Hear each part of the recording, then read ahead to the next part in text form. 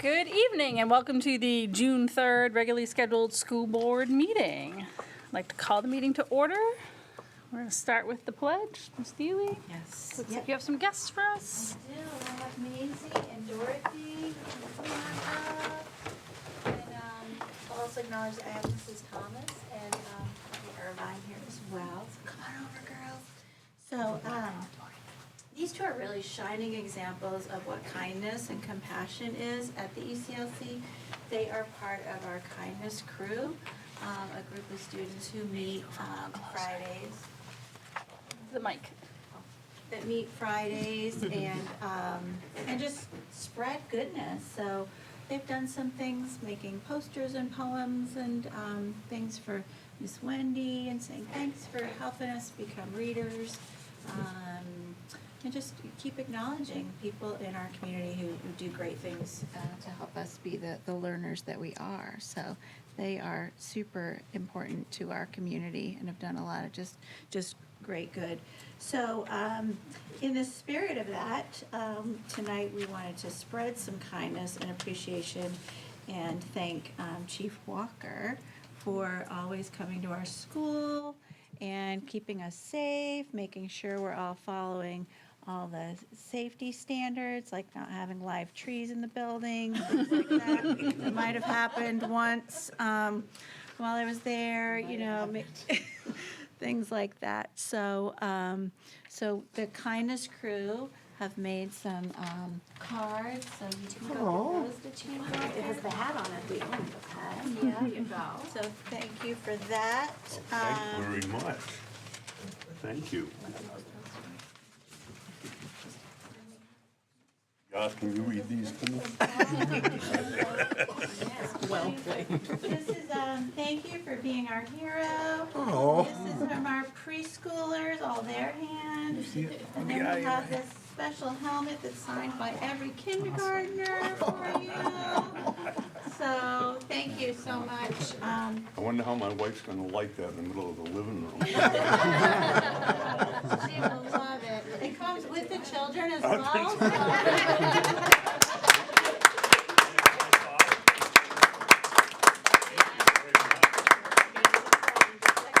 So we also have a little poem that we'd like to share as well, and the grown-ups are going to do that. So come to the mic. What rhymes with Walker? We don't really need the mic. I know, probably not. For those online. All right, this is for Chief Walker, a poem from the ECLC. Chief Walker wore a helmet bright and rushed to help both day and night. With sirens loud and hoses strong, he kept us safe his whole life long. For 40 years he stood so tall, answering every urgent call. Through every blaze and every storm, he kept Barrington safe and warm. He helped the kids feel brave, not scared. With fire drills and hats he shared. At touch a truck, his smile shone bright, watching the kids feel pure delight. He flipped the pancakes, served with cheer, with sweet syrup and laughter near. A steady hand, a heart so wide, he stood with all with strength and pride. 25 years through smoke and flame, you are the chief, you earned the name. A steady voice when sirens cried, a guiding hand when fear would rise. So we cheer for you, brave and wise, with grateful hearts and misted eyes. Now hang your helmet, put your boots at rest, but still you stand among the best. A legacy in every spark, a light that shines when times are dark. Thank you, Chief Walker, for your service. Thank you very much.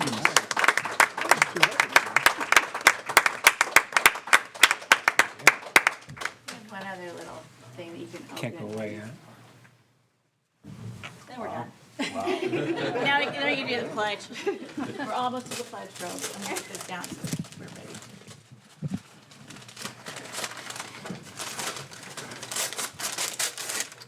I know you kids had something to do with it, so it's safe to open. But if the adults had something to do with it, I might be a little bit nervous.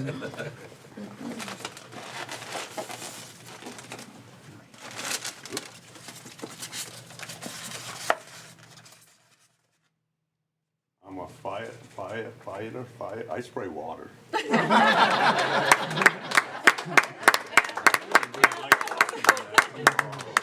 The spirit of kindergarten and preschool and learning to be good spellers. We thought that was perfect. I appreciate that. So, Thank you very much. Thank you. From the Kindness Crew and from the ECLC, and I'm sure from the other schools as well. We appreciate Thank you. you. So now, First time in my life I've been speechless.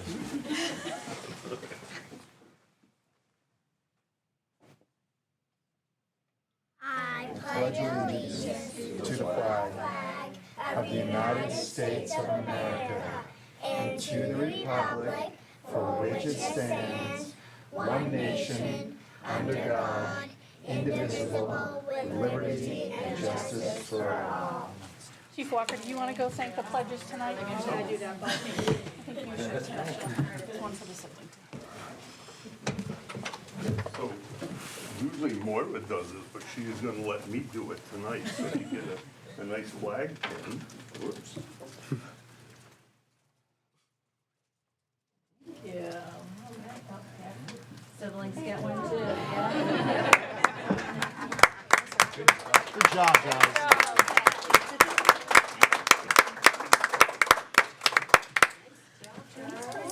You did great. And we spread some more kindness and joy.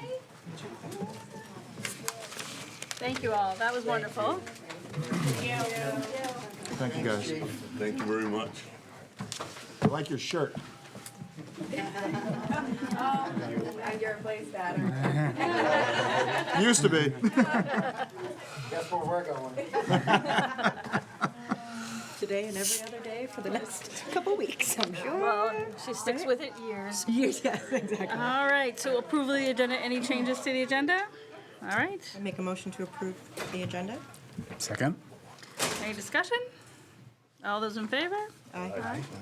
All right. Approval of public minutes from May 20th, non-public from May 20th, and then the Dover School District, Barrington Joint School Board public minutes. Can we adjust that to say Dover School District? Because it says Dover High School. Sorry, just realized that. I got a small amendment to the public minutes from the 20th. At one point, it says that I stated that I was in favor of Moira, the chair, making the last vote. And I think I did so, but I was doing it in jest when looking at it. So I was not in favor of making the chair cast the last vote, so we could just strike that. Make a motion to approve the minutes with the, as amended. Second. Any discussion? All those in favor? Aye. All right. Select Board update. We do not have a Select Board member here, so we'll carry on. If he arrives, we'll let him jump in. Public comment. We have no members of the public present. A few people are online. Anyone online want to speak? Raise your hand icon. Obviously, another opportunity later in the meeting. Seeing no hands, we shall move on to nominations. So we have, you don't have a packet in front of you because it's a staff member who is already employed here. You have an email that Laura and I had corresponded, just kind of giving you the rundown of how many candidates had applied and their background, history, experience, and why we are making a recommendation that we would like to continue having Kaylee Tour as our kindergarten teacher at the ECLC. Given her direct experience with early childhood and her obvious year of experience here, and then the other candidates either had a single year of experience in kindergarten, had interned in kindergarten, or just didn't have that early childhood lens, which we know is a very important lens to have. So that is our recommendation for kindergarten. Motion to accept. Second. Any discussion? Okay, all those in favor? Aye. All right. Cancel or reschedule June 17th school board meeting. For those who may not be aware, that is the 8th grade celebration that I have to attend, and most of us will be attending, if not all of us. I'm going to hear the speakers, that's for sure. It's not a speech, it'll be remarks. They're just Brief. Oh, okay. Okay. Is there anyone opposed to canceling the June 17th meeting so we can be at the 8th grade celebration? Motion to cancel it. Guess I'll second it. Okay, any discussion? All those in favor? Aye. There aren't any pending business items that I would suggest would have been on that meeting, so we hope that there will be nominations, but we don't have any business to attend to on that night, so Ice cream always wins out. that's right. Just don't want my shoe to break this. Plus comments or remarks or whatever you're calling them. Brief. It'll be oh so brief. Okay. Looking forward to it. Highlight of your year. Looking forward to next year when the two of you can. Last day of school, assuming it's June 18th. June 18th would be great. Any discussion about that? I'll make a motion. Okay. Second it. Any discussion? All those in favor? Aye. All right, permission to hire for summer. So given no 17th, I would like to continue with what we did last year, which I will still send you all via email, the packets and what the recommendation is a couple, days in advance. And we usually will have initial interviews and then finalists, sometimes singular, sometimes plural, come to me, but I can certainly give you that information ahead of time. We're making some progress with hiring, so that's good. We're down to a few positions, which I'll review when I get to my report. And then, of course, anything that can be held to the July meeting, we'll hold and review together. Does that require a motion? Yeah. Make a motion to give superintendent permission to hire for summer. Second? Any discussion? All those in favor? Aye. We're cruising right along. Follow up to some discussion we had the last meeting, looking at assistant principal contracts, the number of days in their contracts, how does that compare with other districts of similar composition, salary, as well as number of days. So I did two things. One, highlighted in a proposed contract what that change could potentially look like, and then also gave you, was able to fill in some additional information on some details of the length of contract and salaries for those districts that are somewhat in the area, but more importantly, more comparable to our size and composition. So couldn't pinpoint all the information, was able to get a smattering of information there. What I did learn is other than the two K to 8s that are proposed there who have specified vacation time, the rest of them just have a number of days and don't have vacation weeks, and their days are prescribed, detailed in their contract of when they will work, which is what I did in this one. I wish I could have got more information on number of days in a contract, because right now, the average of the ones that we were able to receive is 215. Right now, if you take into consideration holidays, vacation time, our current AP contracts are 223, which essentially is considered a year-round contract if you add back in the approved holidays in the contract and the vacation. So just a little more information for everybody to chew on.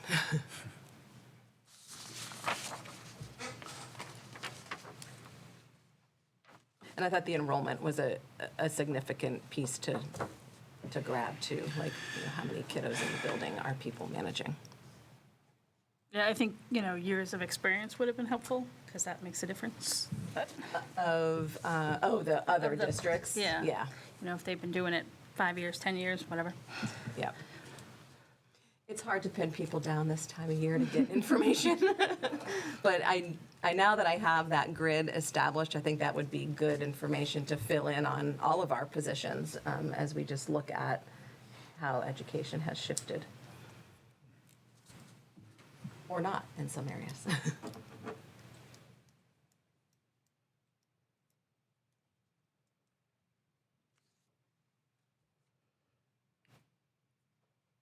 So in looking at this as opposed to proposing 210, I would think I would propose more the average of the 215 and then reevaluate next year.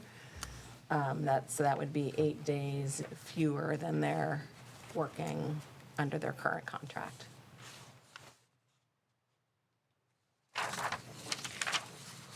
Because then they wouldn't have additional vacation Exactly. weeks. Yep. It would be the student days, the teacher workshop days, 5 days before the start of school, 5 days after the start of school, which actually works out well because that tends to be when mentors will come meet with people, and also when Principals Association has meetings and conferences. And then that is in line with when our mentor day happens. Also, it allows us to really focus in on our planning and prep in July, and allows for extended school year coverage as well.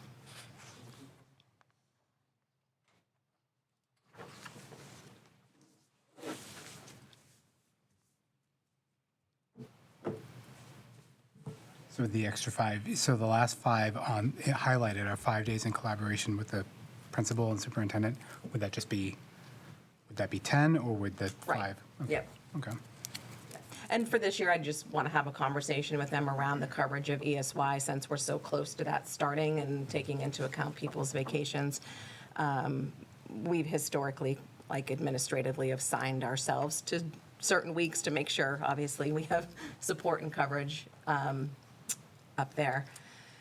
It's challenging because you have to be, just like our budget cycle, you have to be planned so far in advance to know, like, what trainings does the administrative team need. So you need a few days there of, like, hey, we need you to come in and, prep for the board workshop, or days like that. It works well, though, to coordinate it with summer school, because even if we need to meet, summer programming is done before lunchtime. Everybody gets their lunch. You have the whole afternoon to still meet as a team. How did you come up with an average of 215? When I do it, I come up to 218. Honestly, it was a formula that was in there. I did not calculate it. So if Okay. it's off, then it's off in it's the off. Excel spreadsheet, because I pulled just these positions out of a different sheet. Yeah. So it's, So other than the one outlier, Newmarket at 206, it looks like it's 220, 220, 223, 223, our current of 223, yep. and then 215. I think the difference with the 220s is they then don't get vacation time. Their 220 days are specified in their contracts.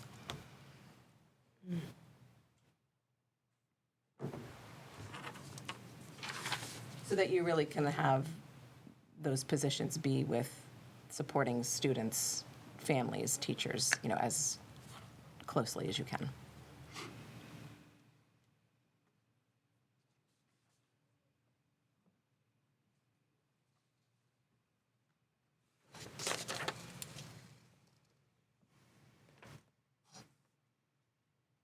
Is there, it was 223. Was it always 223? I don't know the history It of. has been, I would say, 4 years now that they've gone back to year-round. So there was a period of time, either 3 or 4 years ago, where assistant principals were at 213, which would equate to 7 weeks vacation. There was a year where, in lieu of increases, those additional 2 weeks were put in as part of that contract. You might be able to remember the years, Laura. You were actually, The year Ben was born, because that was part of, because Gail approached me and said, rather than a pay increase, do you want 10 days? So that was the decrease then, Yep. and that was part of. and then it went I got a back. baby at home, so Yeah. I'll take those 10 days. Yeah. And then it went- back. it went Yeah, back. Yeah. And how many paid holidays does the administrative staff get? 13. 13, pretty sure. Is that including Juneteenth that you added? I believe so. I'd have to double check the list. I have a sticky note on my table that details them all out. Because by my calculation, that's only 222 days, so I'm not sure how well, maybe they have fewer holidays, I don't know. Nope, they're the same ones. No, I mean, like, when you're looking at 223, and like, for some of these schools, it's kind of weird, they must have fewer holidays than Barrington. Yes. Other schools, yes. They have different, like, not everybody does Juneteenth, and they have different acknowledgements for, like, President's Day if it falls during their vacation week. different things like that, whereas we then get it off because we're typically are in school. So there's a day or two variance with other districts and holidays.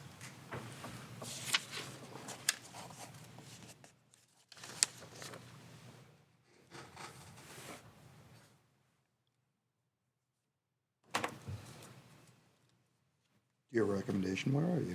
I'm still trying to wrap my head around it, but I guess, so our other administrators will work 222 days if they take their 5 weeks vacation. And then we're proposing that the assistant principals have their time off planned and told.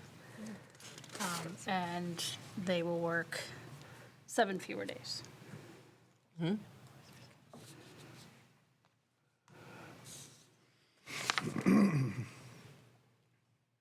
I guess my question would be is why are they having a different contract than the other administrators? Why aren't we treating every single one of them the same way? Looking at their salaries from a per diem perspective, that's where that thinking came into play for me. Their salaries in comparison to other assistant principal salaries, how many days they work, and what their actual per diem, what the math is on that. I appreciate that we're calling out already that we wanted the personal leave to be scheduled as far in advance as possible. So is F, are you saying that F technically, because it's just not highlighted, so is that the same language as before? Because with this change, we're talking about having much more specific times for taking leave so that for coverage and ensuring that they're, so, but I don't see anything else highlighted except for the contractual days of mutually agreed on page 1. So I just wanted to make sure that, did you want that specific writing actually in here, or do you feel like F covers that? The specific writing that's highlighted here? No, well, I guess, because I just feel like that's a different expectation and a different conversation, and so I wasn't sure if you wanted that to be memorialized here, or if F covers it, you feel like. F in the contract? Yeah. Oh, sorry. So I think you're talking the personal days. F personal, sorry, personal. Because there's sorry. 2 Fs. It's kind of confusing. That's why I was like, wait, Okay. why did you, F page 2. Just because anytime something's different or new, I would feel like it would protect both parties to have. Sick time, personal time, professional time would remain the same. Okay. They just aren't going to have like, oh, you're working this number of days and you get X number of vacation okay. weeks. So the number of work days dictates Okay. the work days, and then there won't be vacation time. So meaning they will always be off February vacation, April vacation, Okay. Christmas break. There's some flexibility there where those additional days are. If we go to 215 days instead of 10, then it would be 10 days in collaboration with the building principal or superintendent, because there may be days that we're like, oh, we want to do a power school training over the February break. Is everybody working? So it's not to say they will never work a day over a vacation or a Christmas holiday week or something like that. But really, it's detailing out that it's really a position that we want to have present during student time and teacher time, as opposed to, I'm going to take a vacation in October. Right. Right? Okay, thank you for clarifying.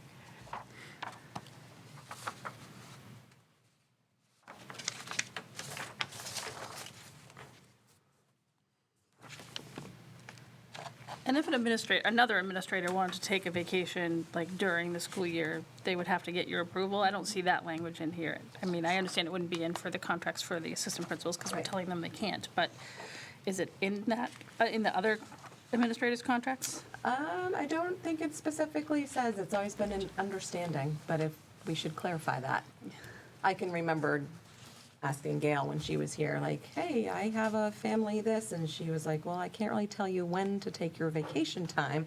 So I think that's another thing we should clarify as we're looking to make the language more clear around administrator contracts in the future.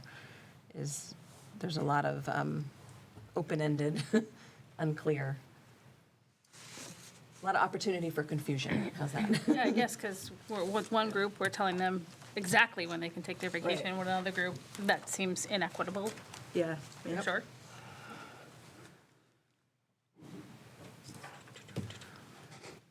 Well, and our other option, of course, is to take some time this summer to really talk through.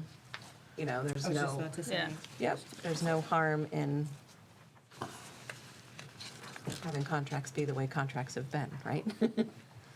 Contracts are important, and they deserve Yep. time set aside to really review them on a regular basis.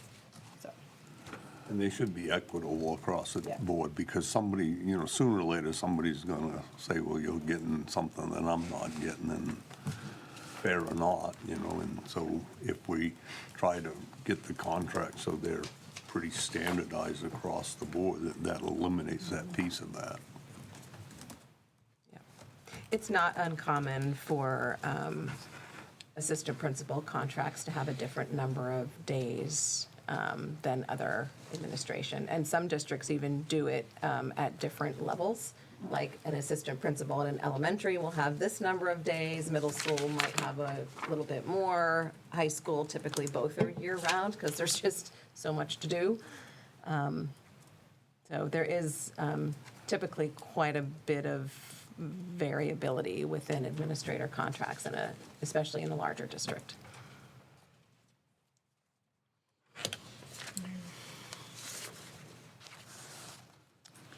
All right, well, seems like it's 215 days is a place to start, and then we can do a deeper dive on this to, I mean, it's June now, so we need to do something, but, for 1 year, we can look at this, and then, But did you want to do 215 or 218? Because 218 is the average.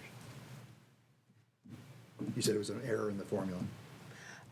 yeah, you said it was, right? But, Yeah, I mean, if we're doing two. We don't have all the numbers, so we don't Yeah. really know the average of those districts. I mean, and if we're getting to 218, like, we might as well just leave it at 222. Yeah, yeah. Yeah. I mean, it seems like we're putting a lot of thought and effort into. No, I just wasn't sure how pretty you minimal amount. how your thought process had come around, and you said you want to do the average, and that's, when I did the average, it was 218, It's not right, 215. it's not- So if you're yeah. saying 215 is where you want to land, okay. I question whether or not we leave it at 220 for this year, and my logic is that if we go back and look at contracts and decide that we don't want it to be at 215, that we actually want it to be at 218 or something like that, it's harder to go back and say, no, we're gonna take this away and make you work more days. So if there's a chance we're gonna make some changes, then my recommendation is that we stay at the 220 for this year and work on it for next year. And, All right, so actually, the 223, I'm sorry, 223, leave it where it is. is that a for formal this year. motion? It is. It's a formal motion to leave it as at 223 for this year, and we'll review it in time for next year. I see the logic there, but I also see the disparity in the salaries. I'm trying to find, there's no apple-to-apple comparison we can make here, but what I do see is that, and again, as you mentioned, there's experience to be looked at, but at the same time, I'm looking at all these folks are making a little bit more money than what we're offering our people here. I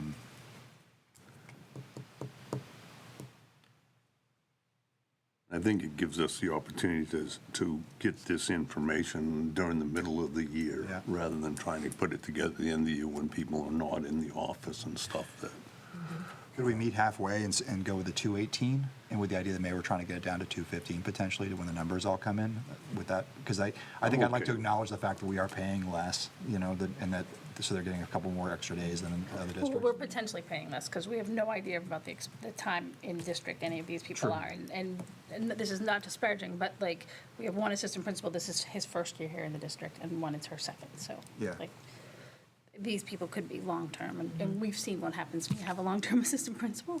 So are you in favor of the 223, and then?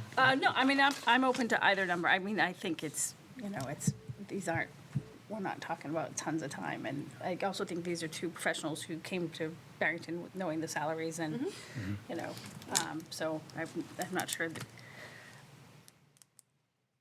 I guess, like, I I find it more insulting professionally to be told when I had to be in and when I had to be out, kind of thing, rather than like. So, but I, that's me. I guess I could be obstinate.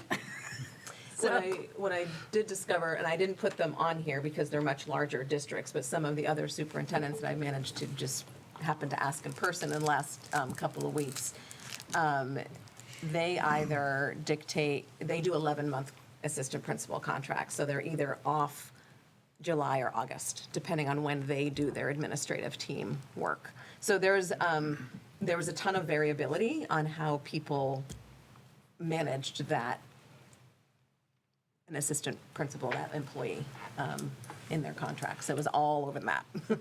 So, If we're torn between 218 and 15, 218 is a week. It doesn't have to be a week, but it's 5 workdays, so it's a week less.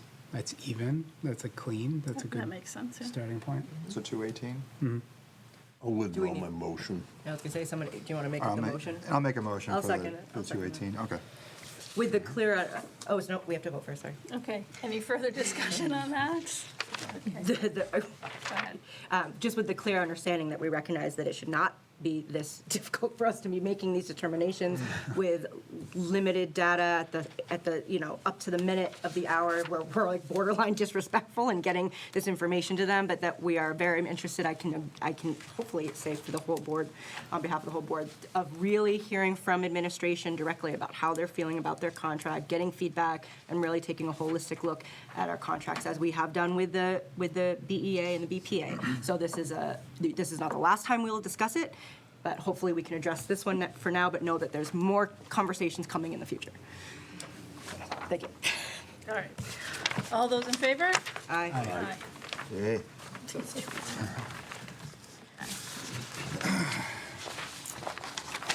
alrighty. Jump into my report. So we still have the same, other than the kindergarten nomination tonight, the same positions open. Middle school has had a couple of interviews, so we're just waiting. You know how it's either a buyer's or seller's market with homes. It's the same thing with educators right now. There's so much open. People just are interviewing all around, and then they're kind of choosing what is their best fit. So I know they've had a couple of math interviews. They've had a couple of special ed interviews. We had a conversation today around which principal is going to interview which para group and where those experiences and interests lie. Made some decisions there. The one position we continue to have absolutely no interest or in no resumes, no applicants, is the tech ed position at the middle school.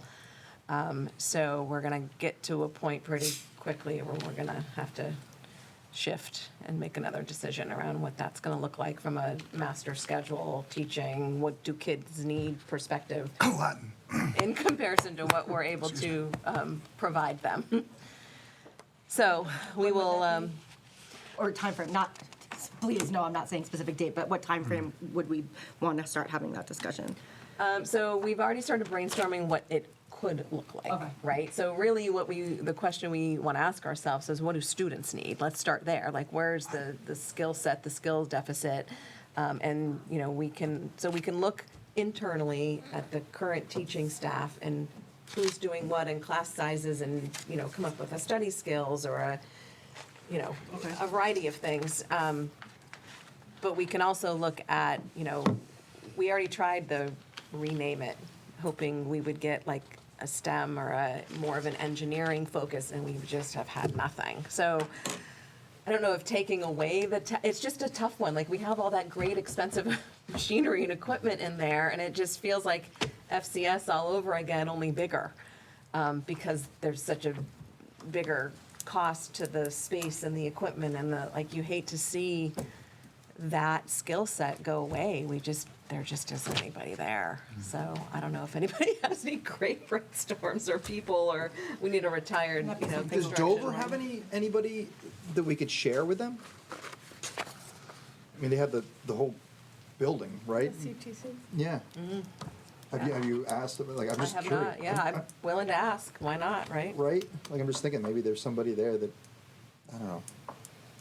I mean, Or do to they have know it people? and do be they a just- full rotation for us, though, they need to be able to teach 4 periods, so it's Right. essentially a full day. I don't know, just seems But, like, Well, I mean, I think that's something that we also have to kind of be open to, that maybe it's not. Maybe they're only teaching to Yeah. 7th and 8th graders, and, Yep. like, what I heard from our joint board meeting with Dover is that, maybe our kids don't have the best study skills and things like that. So maybe that being in the rotation for a year or two might be helpful for and us. actually, I was just What I thinking was now, thinking, I'm sorry to too. interrupt, go ahead. No, go ahead. I was just thinking the same thing as we were getting feedback from our high schools, what are we hearing that students need, and what do we hear even from our own reps, our own high school students who come? I mean, it's different for each of the schools, but really what we've learned is school readiness, like Yeah. that readiness to be a student and study skills and test taking and things. And we've been, dogs to the bone about trying to reach out to folks at Oyster River and Co-Brown in Dover, about trying to integrate our curriculum. But listening to Dover the other night, the benefits of getting these kids motivated and inspired at an early age, that maybe they're not gonna be into doing Yeah. Latin, they're gonna be really into fixing a car. Working to see if we integrate our curricula somehow with Dover and start the conversation, but we just need somebody, Yeah. What, I don't know. That'd be an exciting conversation to have, potentially. Is this something that we would discuss at greater depth during our summer meeting? Yeah, I think we'll have to brainstorm some Yeah. ideas at the workshop, because at that point, we're gonna be at a decision-making time, We're only gonna be a month or so out from the start, and how are we gonna manage this? A fire prevention and emergency management class, maybe find a retired firefighter. That would You be might be good. onto something there. I know a guy, huh? Shoot water at things. So financial, we're tight. We've been tight for months. I'm optimistically hopeful still that, the June bills, because it's not a full month, are gonna come in, and then we're gonna end up higher than that 44,000 and change.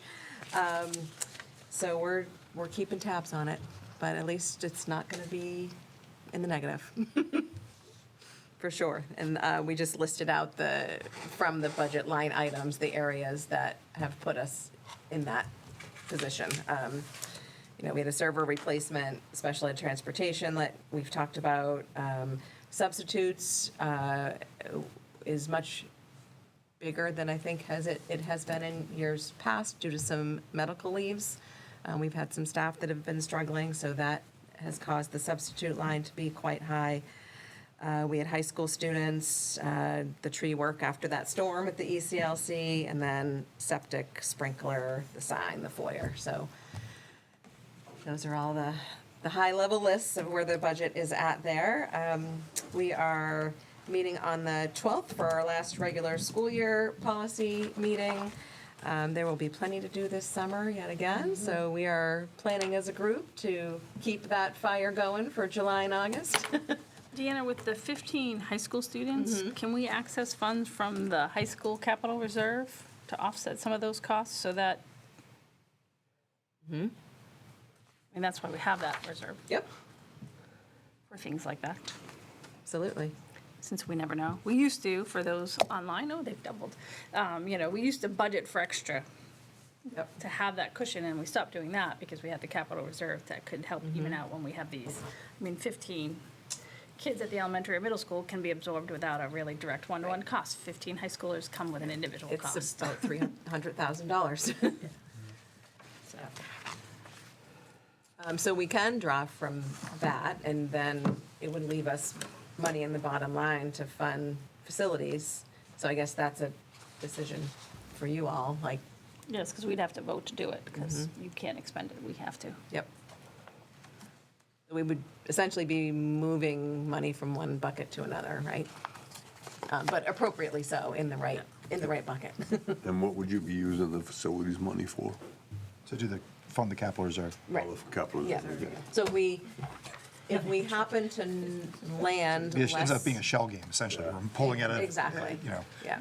So- it's appropriate. I mean, it's what. It is, you so know. if we happen to land less than 250, if the board wants to entertain a motion like that, we can certainly take that difference from the high school numbers out of high school reserve, and then, When's the last time we'd have to do that?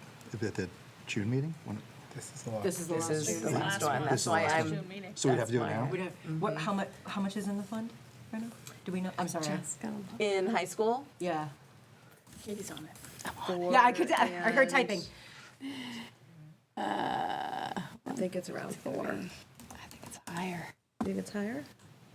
We haven't had to Special- pull a dramatic amount from it for. It's been quite some since time. that other big Quite bubble some where we time. did it that one Yeah. year And we during that replenished it. budgeting And then- season. The Yeah. voters I'll pull up replenished the it. budget presentation Yep. and get it for you. I was gonna say, so. that's You wrote a the check? easiest place to look. Moira, thankfully. I was gonna say, all of us wrote checks It's on to the website. fund that. Flush. Oh, is it?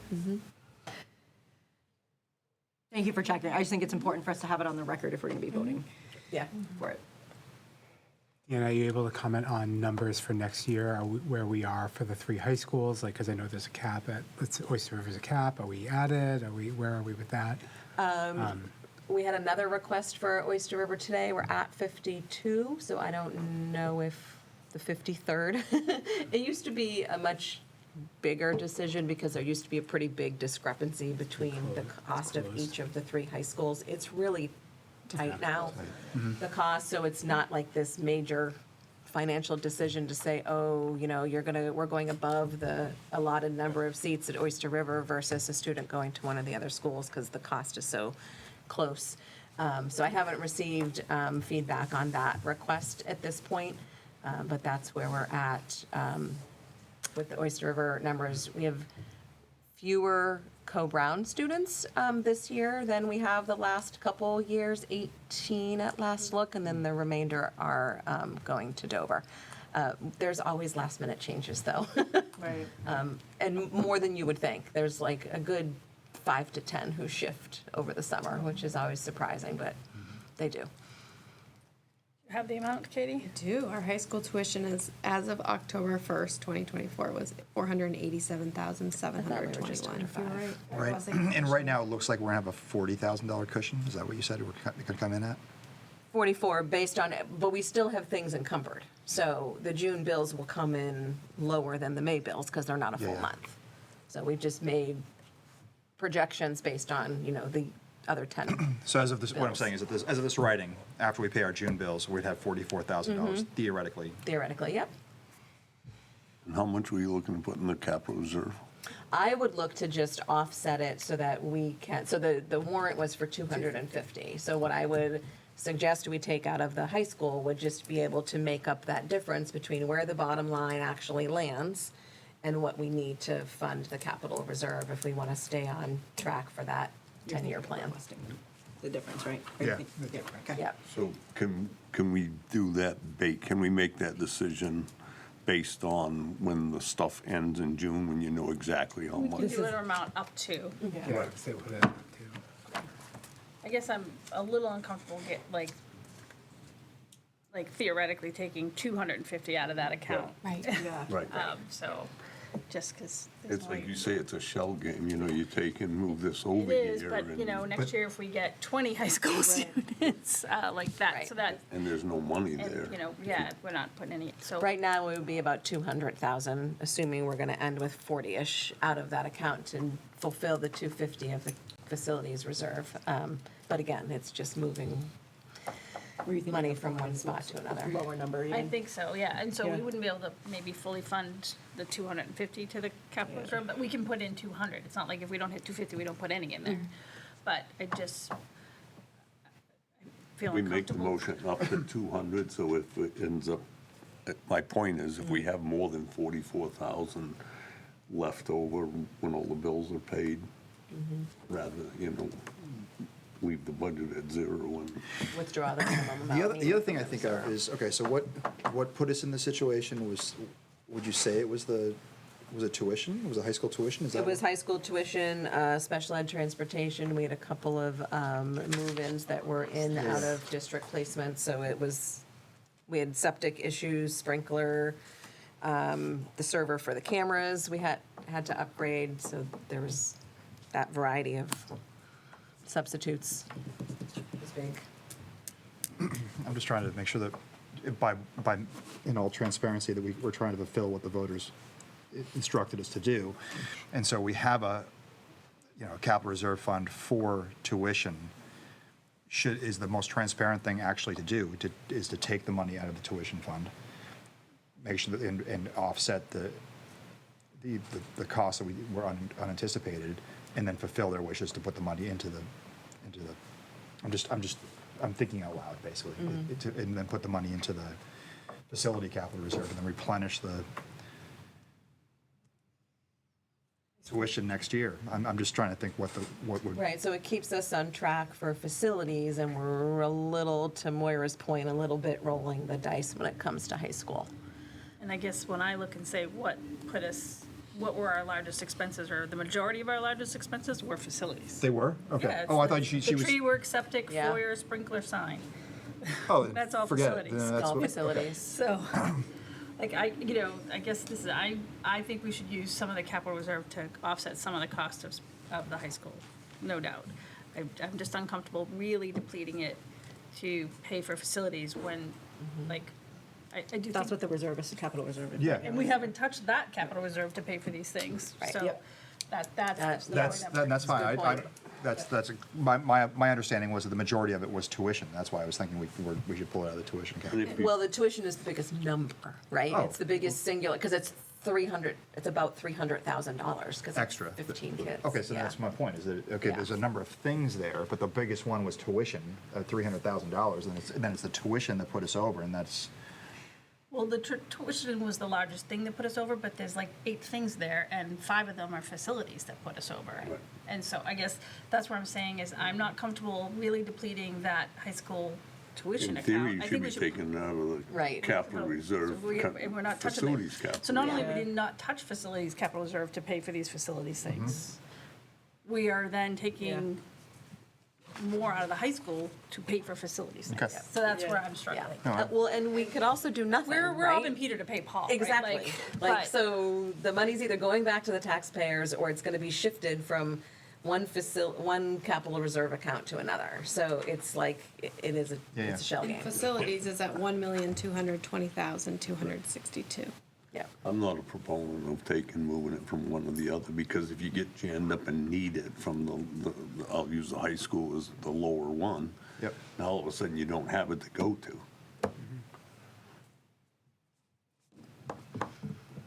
So you're suggesting we don't make any I'm change? suggesting we Yeah. don't make any changes this year, take whatever we have for surplus at the end of the year and put. fund as much that- as we can. Yeah. Yeah, put as much in and be done with it. I agree. So is that a formal motion That and a is. second? I'll second it, yeah. All right. In other words. All right, And then, hopefully this year is like past years, where we're pleasantly surprised when the auditors come and we close out the books, right? Maybe Vicky's got some money under the desk that she could go out to. tell Vicky us. has been, put that out there, really. no, Vicky's been shaking down every department. Don't worry. Every line item, every department, like, we know you have money encumbered, do you really need it? So, Any other highlights from your report? we do a quick scan. We talked policy quickly. We've talked about the high school contract in the past. We're still waiting for the Oyster River one to come back signed from the commissioner. I don't know why, so we asked them to follow up again. Just a reminder in there about Executive Counselor Stevens coming on the 9th to the Select Board meeting. I Yeah, have it you in my kind of left us calendar. hanging there. It's I a did, board meeting in order review to support the initiative, is what the rest of those words were. All right, and it's gonna be right at 6:30? On the 9th? Yeah, you said, Connor said he would put him at the front end of the agenda. I have it in my calendar already. Yeah. Okay. I will try to be there. So a little bit of good news when we look at additional updates. Open enrollment has been taken out of HB2. Yes, I wrote SB2 on my paper, out of HB2, but it still sits out on its own bill as well. There are some rumors right now that they're gonna look at it for CTE centers only in the first year, but it's not going to go away. So it's going to happen in some kind of form, we just still don't know what that's going to look like.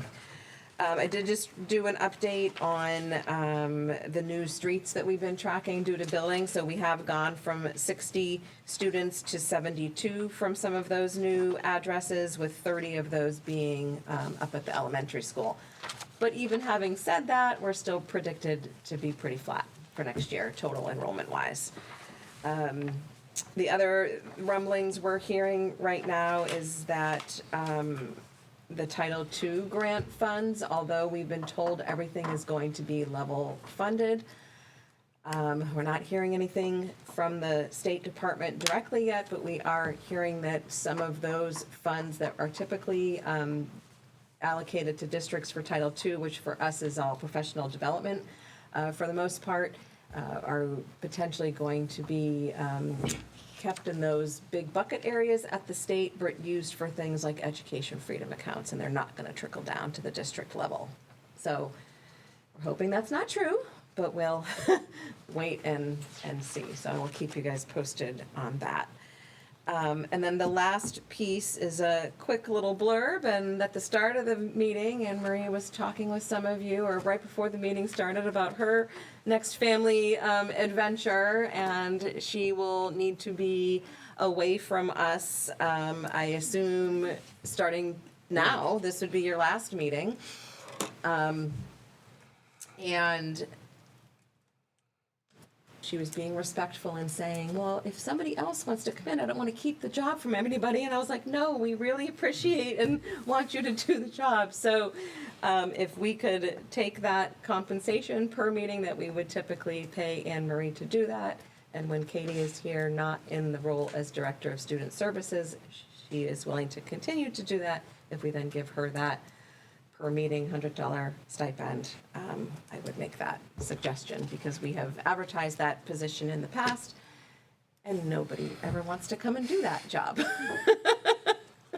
think we have a motion. Did we vote on the motion about the funding? I know we made. No, Garth suggested it last week at Dover, so. But it wasn't on the agenda, so we couldn't No, discuss I'm it. talking about for the capital reserve. Oh, not, right. Well, because we weren't voting to do anything, so we don't need a motion. 'Cause Okay. We need a motion if we want to move money. We don't need it I to got not. you. I got you. Don't Thank- move the money. I make a motion to do nothing. Yeah. I'll second that. You can't make Sometimes I might motions. want that kind of a motion. I think that's more than fair. I'll make that motion. Second. that. Second. Okay, any discussion? All those in favor? Aye. Thank you. Both of you, thank you. Yes, thank you. For capturing our, All right, which now that brings up to us to facilities, which I was going to speak to, but now Joe's able to be here, so Yep. now he can take the floor.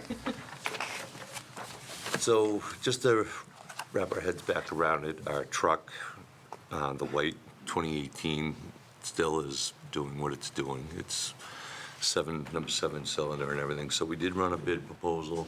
I did check to see who had the state bid. It was McFarland. And when it's all said and done, Liberty Chevy had come back with an email quote. Nobody else came back with any sealed bid. So I went out to McFarland and Hilltop again and used Tri-City Dodge's original quote just to show you the numbers. And McFarland is the cheapest with a new truck, 2025 F-350 with a plow package. The plow package is $10,800 and the truck is $50,335. So total for a new Ford F-350 is $61,934. We can take and do what we talked about before, take the frame, put the frame on the Ford and use our V-plow that we have, that's $2,500. And the trade-in values, we'd have to go back and barter with them on that and get that all squared away. And what was the trade-in value of the? So 18? when we went up the first time for McFarland, it was $15,500. with the And that- plow and the frame. So that was without the plow, because I told them that the plow, we were gonna keep the plow. I did try to get her to give me a price of what it would be with the plow, and she has not gotten back to me yet. That was an email 2 days ago, and I tried to call in the 11th hour to the general manager, and I haven't heard back. So, And refresh my memory, what was the, if we repaired the transmission and repaired the motor, what we were looking at money-wise? it was in upwards of like 15 to 16,000. I can go back through here, and I thought it was 6, I'm sorry. it was 6 for the transmission, but then we have the motor issue. The motor issue. So we have the number 7 cylinder that's bad, and that was where we would have to either replace or buy a used motor. And we didn't really know what the price of that was gonna be because we didn't want them to start breaking that apart and get into it. And then we have the transmission, where the transmission, when we're in third gear, coming to a stop, it automatically jumps down to 1. So there was 2 different things going on there. And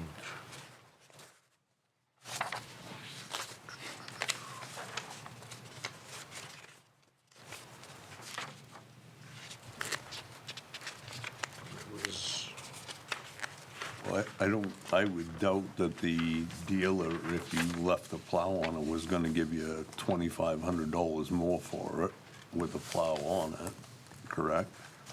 So in my mind, it makes sense to keep the plow rather than investing in a new one and just buy the Yeah. push plates.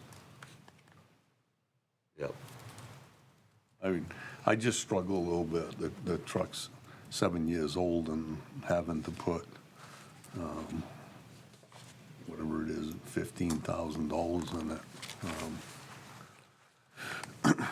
It's on the edge on whether or not, I mean, if you're gonna spend $15,000, you better plan on keeping the thing for another 8 or 9 years. It's just, I think it's a tough spot, and I don't. It is a tough spot. Like, there's no reason that truck shouldn't be running. Right. It's got 31,000 miles on it. There's a little bit of an issue with those pickup trucks, they're saying. I did go to look back and see if there was any type of recall on it or anything like that. There is a recall out there for 600,000 of those trucks, but we don't have that truck. So, And that was inspected last September. yes. Yeah, because that's government plates. Yeah, because of the government plates. Do you know of anything that's any incidental stuff the truck's gonna need, brakes, exhaust, or anything like that? Are there starting to be rust issues that? We did the rear brakes 2 years ago on that, and we did tires on it, so all that should be good. The other thing is those things are always in the salt when we're Yeah. plowing. So I'd have to climb up into there underneath of it and see what the frame's looking like. We do spray the frame every year. Eric takes care of that for us. You know? As part of his barter, right? He's done it twice now. Yeah, it was a barter deal, right? Yep. Yeah. Yep. Yep. So I got lost. Are we talking about repairing the truck we have now or buying a new I think truck? we're talking about both at the same time, which is why you're feeling All right. lost. No, it's perfectly okay to feel lost. I'm just struggling with the Yeah. idea that, it's north of $60,000 to get a new truck, and, do we invest in repairing the motor and the transmission, and with the eye that we're gonna spend $14,000 or $15,000, and we're gonna have to keep it for 8 or 10 years. I just get nervous if the number 7 cylinders is bad. What happens if number 8 goes? If they start pulling that motor apart and we repair the motor that we have,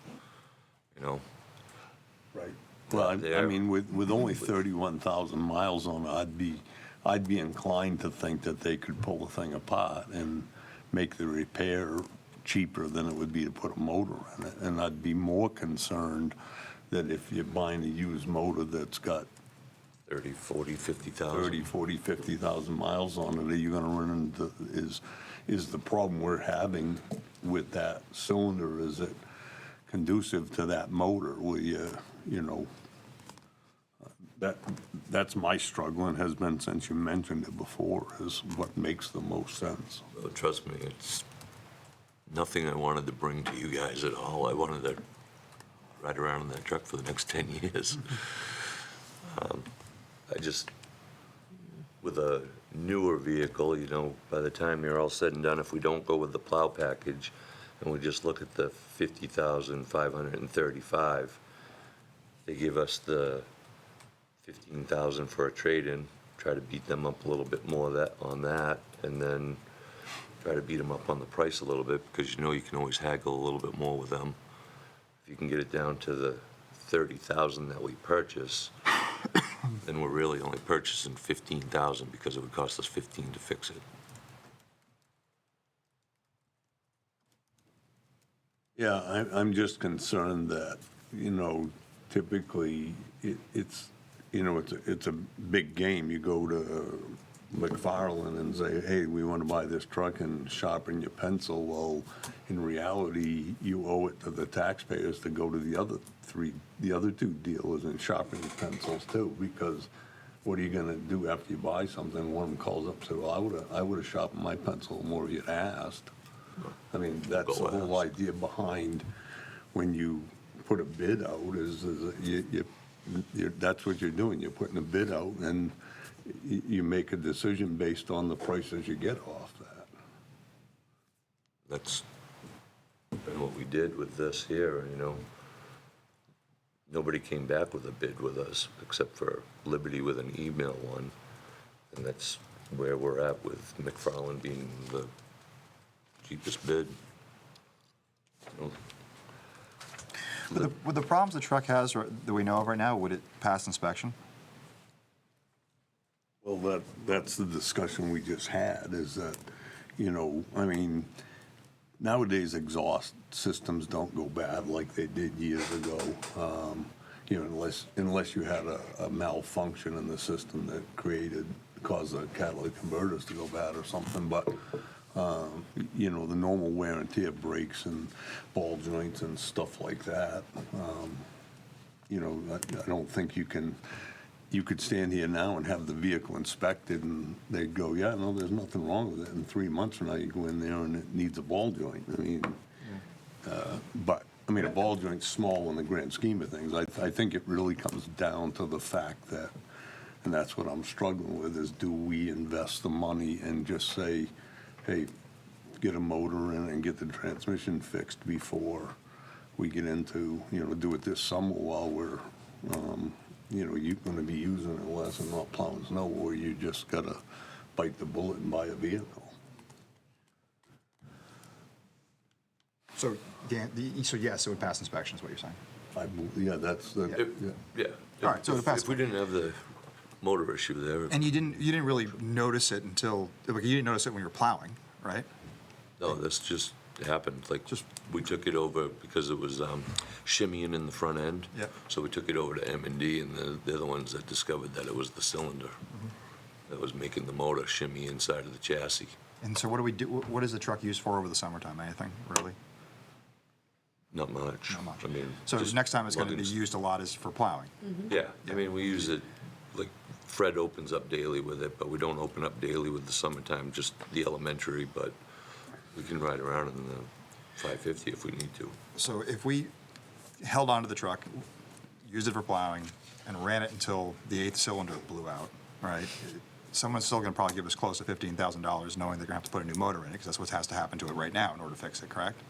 So if we end up blowing a motor in that, or that number 7 cylinder goes, the depreciation's gonna come way down. Because right now, they're just wholesaling it. right. We're taking it to the dealer, they're putting it out to auction, and they're just getting rid of it. Whoever goes to the auction and bids on that truck, they don't know what they're getting. And that's just the way the game works. And refresh my memory, because it's been a while since I looked at, but what did M&D say the options were about that motor? I mean, they pulling it apart. Yep, so they'd pull the heads off of it. Yep. And it could possibly get all the way down to the crank. Yep. It could only be the top half of that piston, and maybe that just needs new rings.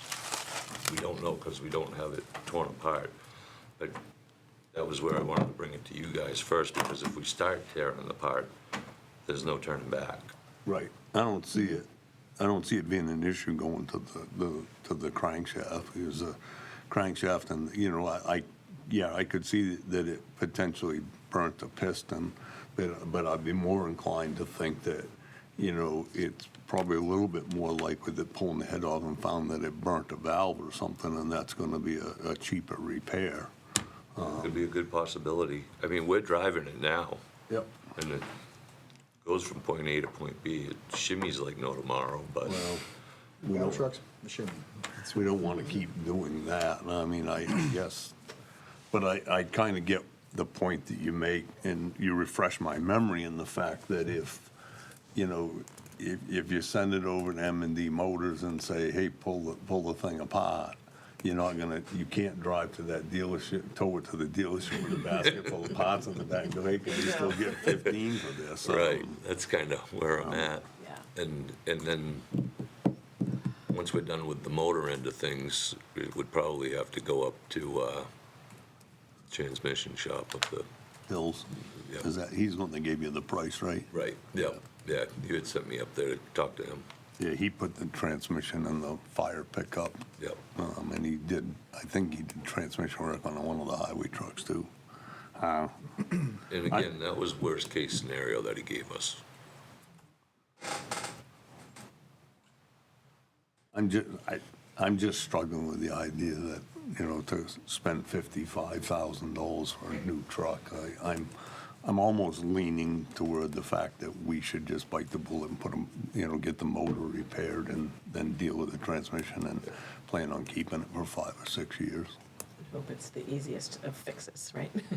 Last 5 or 6 And years. it just makes also makes the most sense from optics, right? Like that's a huge financial investment right now on something that's not that old, and really this shouldn't have happened. And so even to the taxpayer, at least we can show that we did the most frugal decision right now with the unknown in the future, but that's always, unknowns are always going to be in the future for these types of things, Yep. but we did our due diligence to be as fiscally responsible as possible in the initial, especially with the time of year this is. If we're not going to pause and push this off till next year's budget for July 1st, then I definitely think we should be making the most fiscally Yeah. responsible choice as possible. I'd be inclined, knowing Eric the way that I know him, that we know him, is that if he went to oil that frame and saw something he didn't like, he would have told you. Oh, absolutely. So, you know, I'm not necessarily concerned about that either. And, Right.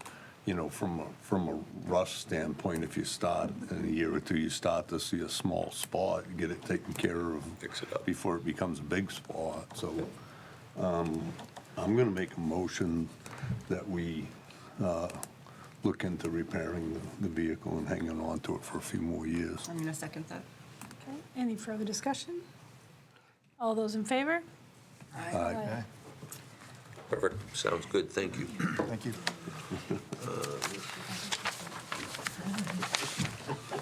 It'll be good timing too. We'll know before. It'll be better, you're right, and it'll be much better timing further into next year. All right, so our next fun item up here is our wells over at the middle school. So they came. Wells are cheap, right? Oh, yeah. Right. So they came out, and of course, we test every year, and this has been ongoing for the last 3 or 4 years, I guess. And we always try to take and blend all 3 of our wells at the middle school to keep the arsenic levels below what the state wants us to be at. So it's 6.2 parts per billion, and we are slightly over that. And us, by mixing the wells, is not working anymore. So they figured that this was gonna be something that was coming down the road, and right now they're trying to figure out, Second Wind Water has met with me a couple of times. We're trying to figure out a plan to move forward to be able to extract arsenic out so that all 3 of our wells are below the level. No price, no plan, no anything yet, it's So this is all, just a heads up. this is just a Yeah. heads up of what's coming your way. Our fix is no longer a fix. Are any of the wells under? Or are they all over? So we have one well that is under, and that won't that has been the one that is taking care of the other two wells because we've been able to keep all three of them mixed. Now, by taking this one good well and mixing with the other two levels are too high to keep us up above the 6.2. When do they plan to come back to you with a plan to fix it and the cost? I'm hoping soon. Like, this, I don't know what it, we just met last week, so I don't know how entailed the plan is. We're looking at like a storage tank inside of the well house with things that are extracted out of that, you know, that's just, And the capital reserve fund is adequate, that would be an adequate expense for the capital reserve fund? Yeah, Okay. yeah, absolutely. All right. Yeah, I guess just keep us posted. oh yeah. Or to that dismal. All sunshine and light. So. I know every time I show up, you guys love seeing me. Someday you're gonna come to us and be like, nothing, everything's I great. found a buried treasure. Yes, yes, there's gold. Is the water safe? What about in the meantime? You still keep- We're still We safe. struck oil. Yep, we're still okay, so. And it's crazy because it's everywhere. Yeah. The arsenic's everywhere, but it's in that almost all wells, but not the levels that we're at. Always a pleasure, Joe. Thank you, Joe. My pleasure. All right, so Ms. Bealey.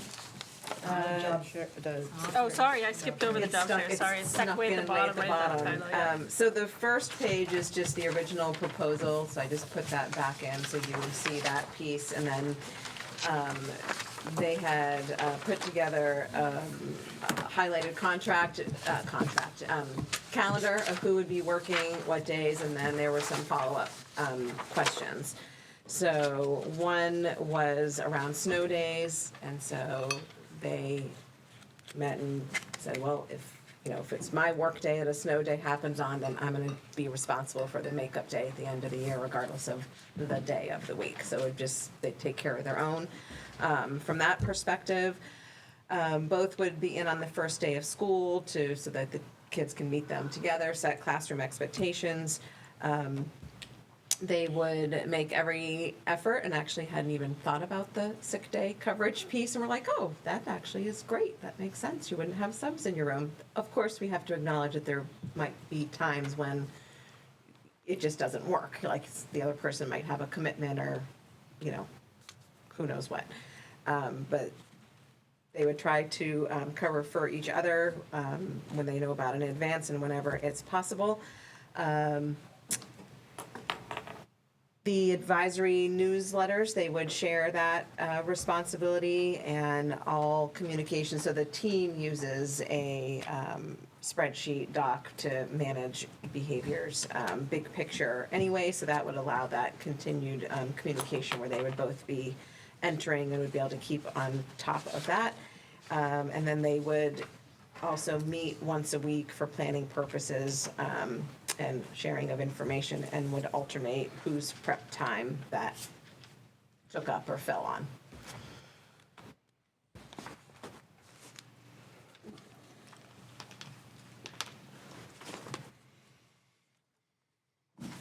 So I had a few questions about it, but I mean, I guess questions and a lot on this one. So if they both work professional workshop days, then teachers get 7, so now that's 14 for one position instead of 7. So that's something I've been thinking about.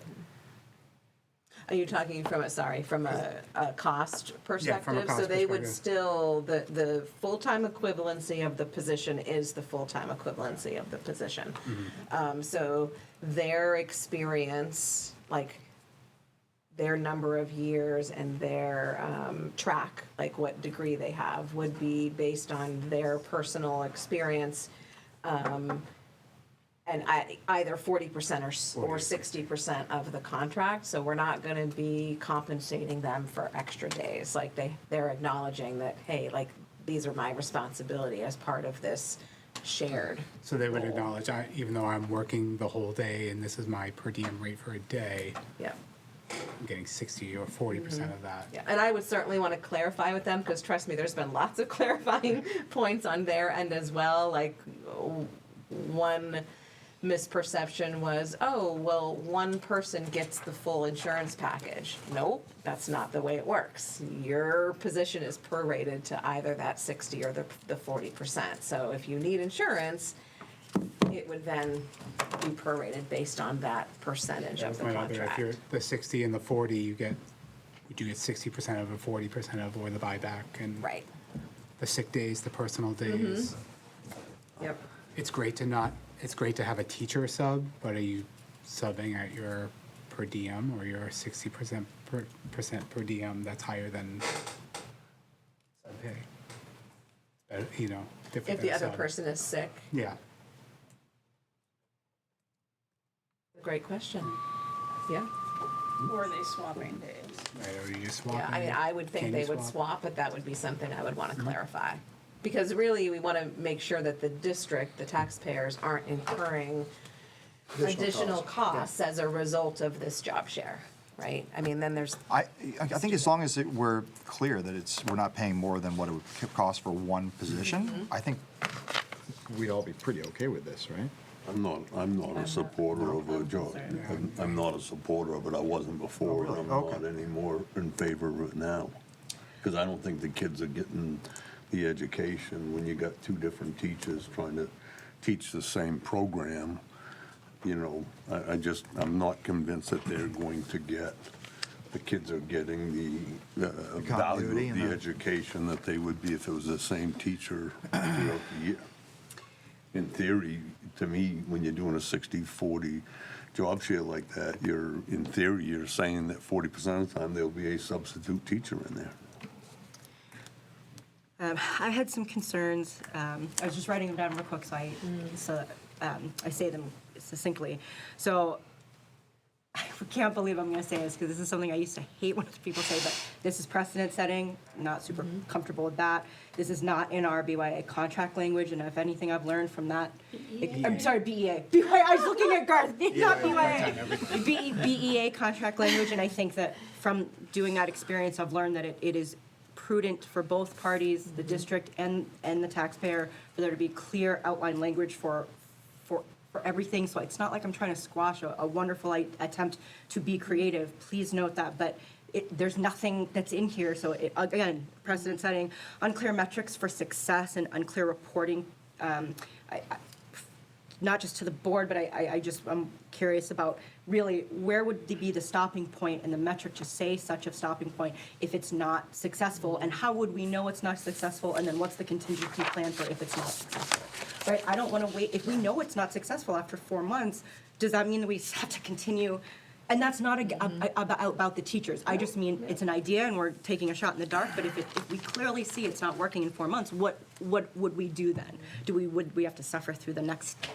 So those are concerns I would love to have addressed. So I'm not trying to be a naysayer, but we have a duty to ensure that those things are really addressed, especially some of the. I think you make a good point in, taking some time to really flesh it out. And, we don't know what the future's going to hold, right? I think we're all very concerned right now about the lack of applicants and educators, but we also have to be mindful, and I had to kind of check myself on this, like, when is the right time to be creative and flexible and bend and flex, and are we there yet? Is this one of those situations? Do we, and I do appreciate the union had said to me, whoa, wait a minute, job share, so, and we had a scheduled time, and then it didn't It's the end happen, of the so year, we right? haven't Things are busy, yeah. regrouped on that.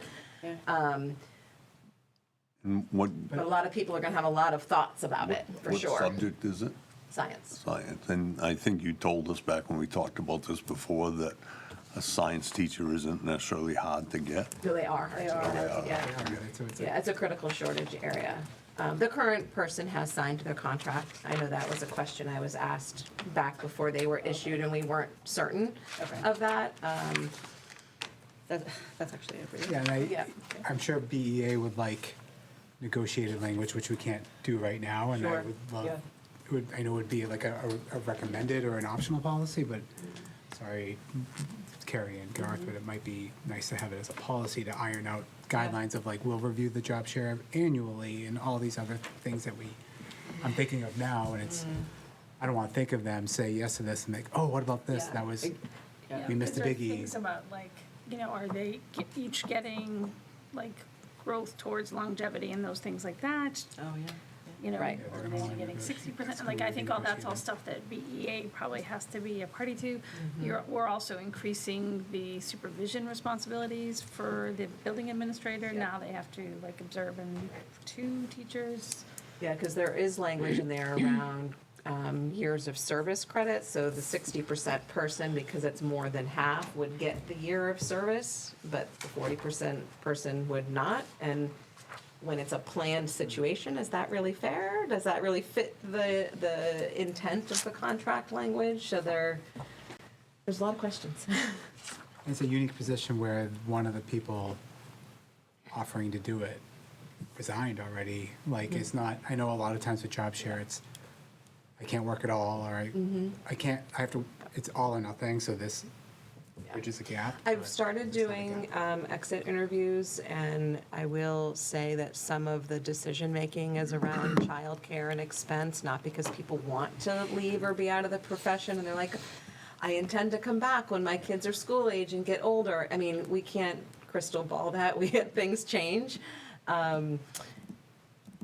But I also do think we may, hopefully we're not, knock on wood, we may be in a position in the upcoming years where we do have to get creative and flexible, and I think it's a good conversation to have to flesh out those details. But you're right, usually it's, 2 people who are currently working, who it's like, oh, for whatever reason, I need to back down off of my responsibilities.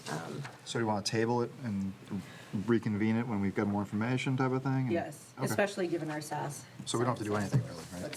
Let's get some additional information, I think. Well, do we want to table, or do we want to put it off for like a next year decision? I don't want to leave people hanging with potential full versus part-time versus working, not Yeah, working, and also from a So- hiring All right, so perspective. then we want to put it off till next year, is that But what? yeah, well, we just have to vote and say for this Make a year. motion that we put that decision off till next year. Second. Any further discussion? All those in favor? Aye. But thank them for Yeah, being I creative. don't, I think, certainly don't want to Obviously, I think these squash. people came to us in the best interest of trying Yeah, to make they're something work. yeah. trying to be creative, and it's person who doesn't want to leave, right? Which is a great thing. I really appreciate that, and I think we can come up with a really solid plan. We just need to put it together. And we're not opposed to a solid plan either, I want to be clear, yeah. Okay. Well, and I think, I think that maybe some more thought and stuff has to go into that 60-40 split, because it's inequitable in multiple ways, and maybe they didn't think all of that through, so. Because traditionally, like, it is a 50-50 shared, and then you typically, 2 staff members will overlap on that sort of half shared day, which makes a lot of the collaboration easier. And probably from their standpoint, it's straightforward and a simple, and they're just trying to be, like, this makes all the sense in the world. But to Carrie's point, it does set precedent. We have to think of all the avenues that some other individuals might not take advantage of the situation, but it might be detrimental to the district. Well, I as a think you whole. got to talk to the union about it too and Yeah. see their take on it. And All right. Sorry, Dearly, now you, dearly. Laura. Left you hanging there for a while. It's all good, it's all good. I'll be brief. You've read my report, 10 and a half days to go. Enrollment has been consistent. Attendance has been 93%, pretty consistent all year. There are some kiddos who have significant days missed. They're all excused, but we're still sending letters and working with families to assure the students are at school. MTSSA progress, just we're assessing these poor little children. I walked around classrooms today, and it was just really nice to see kids really focused with their headphones on, working on their iReady math. Bree shared DESA data with me this afternoon. I haven't looked at it, but I'm excited to look at our data and dig into that. MTSSB, there's a lot of emotions happening in this school. We're gonna go to Step-Up Day tomorrow, which I think will put our kindergartners at ease, and they'll get excited about their big move to the elementary school. We did a great food pantry collection, as always. Barrington was very generous. It was really fun to see kids come in with boxes of items for the food pantry. Put a little contest out there that the class that had the most would get ice cream. Stan Borick and Lisa Smith, who both volunteer, brought ice cream for the entire school. And thank you, Chief Walker, for not having the fire drill, which right in the middle of it, being flexible and coming back a bit later was awesome. But Stan and Lisa brought Lindsay cups and everyone, all the kids, and we did our usual domino. The kids, the kindness crew set up all the boxes and had a domino, and a lot of fun. So field days are coming up. New this year, we'll have Steve Blunt coming for a kids concert. Use that stage that Luke built, and kids up and dancing. Our year-end assembly will be coming right up too. So again, just shout out to the teachers. It's kids are, it's hard to engage kids, but the teachers are doing lots of things. Kim Hamer had Bubble Day today. Again, just kind of taking a break from the normal schedule and, adding something fun and different just to keep the kids excited. Alicia Zink did a Glow Day. Brandy Godbout did a Shark Day. And our Newcastle field trip was canceled because the day that it was like rainy and cold and awful, that nor'easter kind of weather. But the kids still, the teachers shifted and had beach day in the classroom. The kids brought their beach towels and books, and teachers shifted really quickly and made it a memorable day for them. So, kids are still doing work. Teachers are assessing students, doing the year-end Acadians assessment. Not Acadians, Reveal. The math assessment in the classroom, which in kindergarten assessments are all one-on-one or small groups, so it's a lot of time for them, and they're working on report cards, teacher-to-teacher forms, which are pretty extensive, kind of a little synopsis of each student that will move with them to first grade.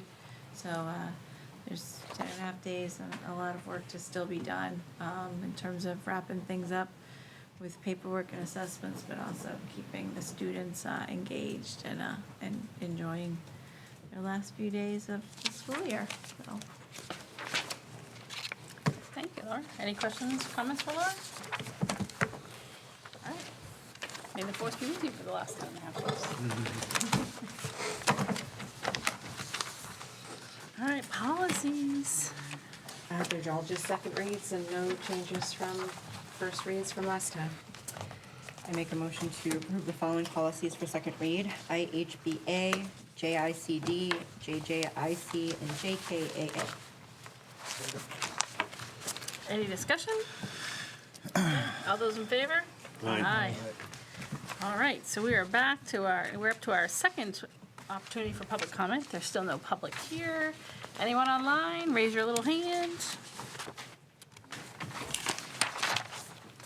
Seeing none, I'll entertain a motion to adjourn to non-public. Citing RSA 91-A3, 2A, I'd like to make a motion to adjourn to non-public. Second. Okay, any discussion? All right. Thank you all. All those Jason Baker. Aye.